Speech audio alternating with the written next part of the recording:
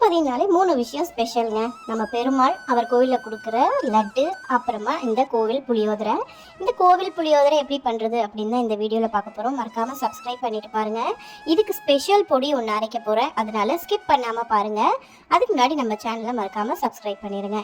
இந்த ஸ்பூனால் தான் நான் எல்லா அளவுமே எடுத்துருக்கிறேன். 3 டீஸ்பூன் வந்து தனியா எடுத்துருக்கிறேன்.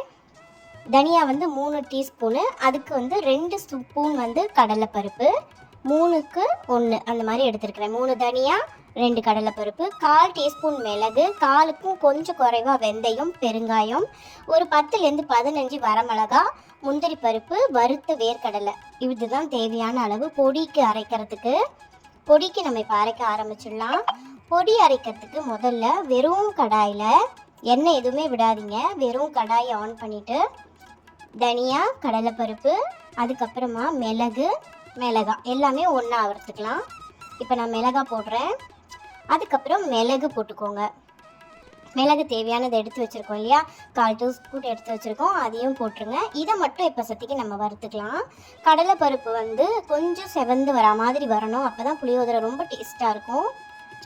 இப்போ பாருங்கள், நல்லா வறுத்துக்கலாம். வறுக்கும் போதே வாசனையாக இருக்கும். எண்ணெய் எதுவுமே ஊற்ற வேண்டாம், வெறும் கடாயில் வறுக்கணும். இப்போ நல்லா வறுத்து எடுத்தாச்சு. இதுக்கப்புறம் ஒரு ஸ்பெஷல் ஐட்டம்னு சொன்னேன் பார்த்தீங்களா, அதுதாங்க எள்ளு. நான் எள்ளு இதோடைய சேர்த்து வறுக்கலை, ஏன்னா எள்ளும் வெந்தயமும் தனியாக வறுத்து போட்டோம் அப்படின்னா அதுக்கு ஒரு டேஸ்ட்டு. நம்ம அடுப்பை ஆஃப் பண்ணிட்டோம். இப்போது அடுப்பை ஆஃப் பண்ணிவிட்டு வெந்தயம், அதுக்கப்புறமா எள்ளு 1/2 ஸ்பூன், அதுவும் இப்போ வறுத்துக்கலாம். அடுப்பை ஆஃப் பண்ணிவிட்டு வறுத்தாலே இந்த எள்ளும் வெந்தயமும் வறுபட்டுரும். இப்போ பாருங்கள், வெந்தயம் கொஞ்சம் செவந்து வருது, வெடிக்குது பார்த்தீங்களா எள்ளு. இதுதாங்க ரொம்ப சீக்ரெட்டான ஒரு இன்க்ரீடியண்ட் நம்ம கோவில் புளியோதரைக்கு. எள்ளு வெந்தயம் தான் டேஸ்ட்டே கொடுக்கும். செம்ம டேஸ்ட்டாக இருக்கும் இந்த புளியோதரை. இங்கே பாருங்கள், நான் ஆற வச்சுருக்கிறேன். இது ஆறட்டும். அதுக்குள்ளேயும் நம்ம புளிக்காய்ச்சலுக்கு ரெடி பண்ணிடலாம். புளிக்காய்ச்சல் தாளிக்கிறதுக்கு கடுகு, உளுத்தம்பருப்பு, கடலைப்பருப்பு, மிளகா, அதுக்கப்புறம் வேர்க்கடலை, முந்திரி பருப்பு, இதுதான் நான் எடுத்து வச்சுருக்கிறேன். கொஞ்சம் கருவேப்பிலை. இப்போ ஆறி போச்சு. இங்கே பாருங்கள், பவுடராக அரைச்சிக்கலாம்.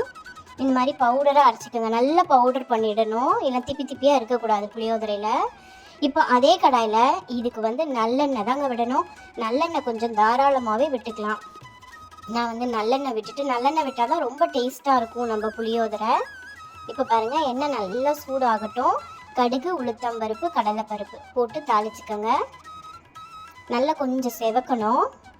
இதே மாதிரி ரேஷியோவில் பண்ணிங்கன்னா நிஜமாகவே சொல்கிறேன், சூப்பராக வரும். நீங்களே ட்ரை பண்ணி பார்த்துட்டு எனக்கு கமெண்ட்டில் மறக்காமல் சொல்லுங்கள். இப்போ செவந்து வந்துருச்சு. இந்த ஸ்டேஜில் வேர்க்கடலை, முந்திரி பருப்பு இதையும் போட்டு கொஞ்சம் வறுத்துக்கலாம். முந்திரி பருப்பும் கொஞ்சம் செவந்து வறுக்கணும். காஞ்ச மிளகாவையும் போட்டுக்கலாம்.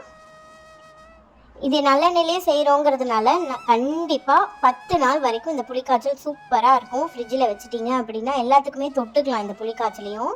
இந்த ஸ்டேஜில் கருவேப்பிலை போட்டுக்கிறேன். கருவேப்பிலை நீங்கள் அலம்பி சேர்த்திங்கன்னா கொஞ்சம் காய வச்சுருங்க. காய வச்சு சேர்த்திங்கன்னா தான் நல்லாயிருக்கும். ஈரம் படாமல் இருக்கணும், அதுதான் இந்த கான்செப்ட். ஈரம் படாமல் வச்சுருந்தோன்னா நம்ம நிறைய நாள் வரைக்கும் நம்ம வச்சுக்கலாம். கொஞ்சம் பெருங்காயம் சேர்த்துருங்க. நான் ஒரு கோலிகுண்டு, பெரிய கோலிகுண்டு அளவுக்கு, ஒரு நெல்லிக்காய் சைஸ்ன்னு வச்சுக்கலாமே, அந்த அளவுக்கு புளியை கரைச்சி இதில் விட்டுருக்கேன் பாருங்கள்.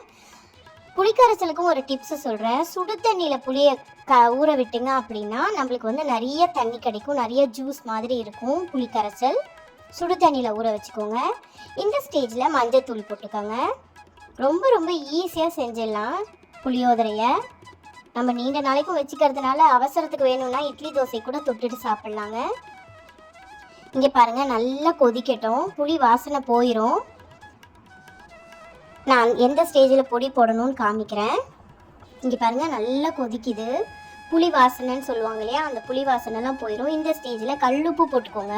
இந்த புளிக்காய்ச்சலுக்கு தேவையான அளவு கல்லுப்பு போட்டுக்கிறேன்.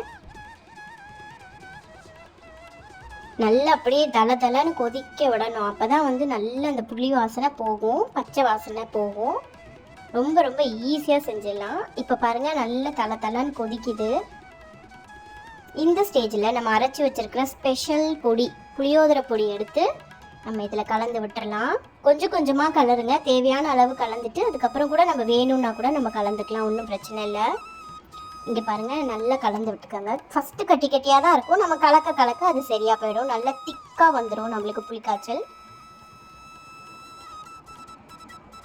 இதே மாதிரி ஸ்டெப்பில் பண்ணிங்கன்னா ரொம்ப ரொம்ப சூப்பராக இருக்கும் புளிக்காய்ச்சல். அவ்வளோதாங்க. நல்லா இப்போ இதை வந்து சுருள வதக்க நம்ம கொதிக்க விடணும். தேவைப்பட்டதுன்னா கொஞ்சம் நல்லெண்ணெய் கூட விட்டுக்கலாம். எண்ணெய் பிரிஞ்சு வர அளவுக்கு நம்மளுக்கு நல்லா கொதிக்கணும். தேவைப்பட்டால் இந்த ஸ்டேஜில் நீங்கள் நல்லெண்ணெய் விட்டுக்கலாம். நான் இப்போ கொஞ்சமாக நல்லெண்ணெய் விட்டுருக்கேன்.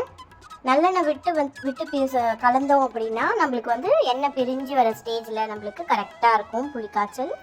இப்போ பாருங்கள் என்ன ஸ்டேஜில் எடுக்கணும்னு காமிக்கிறேன். இங்கே பார்த்தீங்களா, பார்க்கும்போதே செம்மையாக இருக்குது. வீடே சூப்பர் வாசனையாக இருக்குது. சூப்பரான இந்த கோவிலோட மனம் இங்கே வருது. இப்போ இந்த ஸ்டேஜில் வெல்லம் சேர்த்துக்கணும். கொஞ்சமாக நம்ம வெல்லம் சேர்த்தோம் அப்படின்னா இது புளிப்பு, உப்பு, காரம் எல்லாத்தையுமே சமநிலைப்படுத்தி கொடுக்கும். அதனால இந்த ஸ்டேஜில் நம்ம கொஞ்சமாக வெல்லம் சேர்த்துட்டோம் அப்படின்னா ரொம்பவே சூப்பராக இருக்கும். சுவை கூட்டி கொடுக்கும். இன்னும் நல்லா இருக்கும் புளியோதரை. அவ்வளோதாங்க, நம்ம புளியோதரை சூப்பர் டக்கராக ரெடி ஆகிடுச்சு. நீங்களும் மறக்காமல் இதே மாதிரி ட்ரை பண்ணி பார்த்துட்டு எனக்கு கமெண்ட்டில் மறக்காமல் சொல்லுங்கள்.